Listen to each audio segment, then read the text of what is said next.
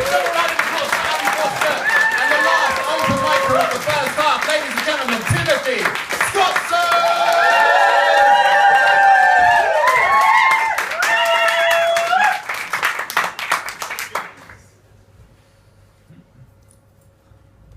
I was 22 years old by the time I had my first kiss. Young and impressionable, for sure, but I had already grown out of believing in magic. I was a bloodhound, head spinning after scents I barely understood, and she was a doe so graceful on her feet that I often doubted that I could catch her. It never once occurred to me that I should not try.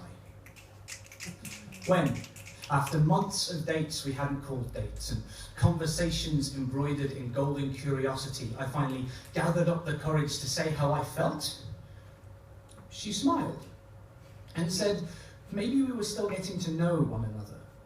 She always moved slowly with me, as if she was matching the pace that I didn't know I needed to go at yet.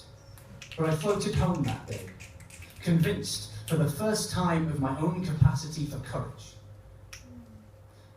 That summer, we had found ourselves an arboreal sanctuary nestled along the hemline of a wide park. It was a temple tended by hymn-hooting owls, and at its centre lay the trunk of a tree that had grown so old it could no longer hold itself up, and so had come to lie in the arms of another. I asked her once what it was about me she was first attracted to, and she told me that I made her feel safe.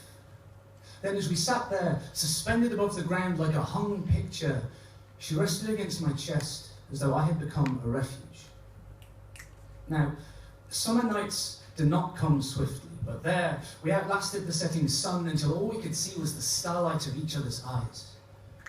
We draped our arms about each other as though we had forgotten them, noticing instead the shape of our noses pressed together, tracing infinities through the space between us.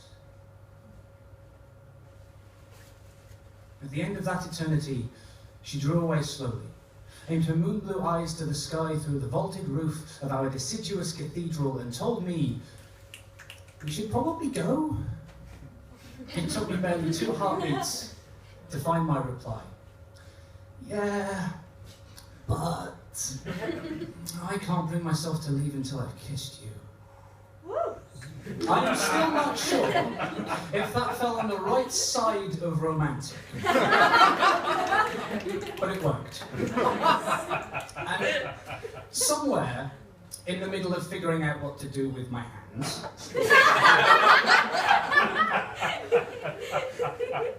I learned that we did not invent magic. We discovered it. Thank you.